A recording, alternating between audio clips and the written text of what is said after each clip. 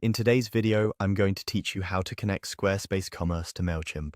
By the end, your store's form entries will flow straight into your Mailchimp audience, so you can welcome new subscribers, send promos, and grow your email list automatically.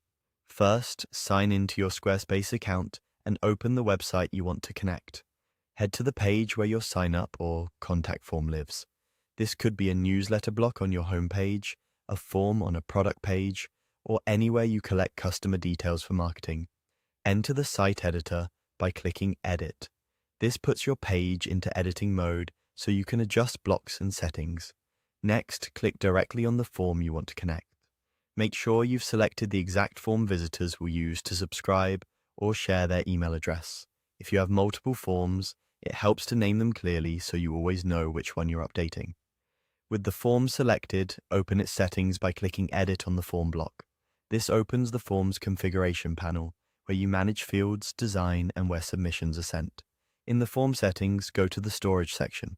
Storage is where you control what happens to form submissions, whether they're emailed to you, saved to a spreadsheet, or sent to a marketing tool.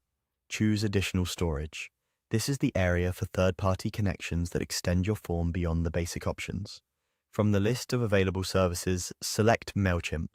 This tells Squarespace to link your form to your Mailchimp account so new submissions can be added as contacts. After choosing Mailchimp, follow the on-screen prompts to finish the connection. You may be asked to sign into Mailchimp and allow access. If prompted, choose the audience where you want new subscribers to land, and confirm the email field mapping so addresses go to the correct place. When you're done, save your changes and exit the editor.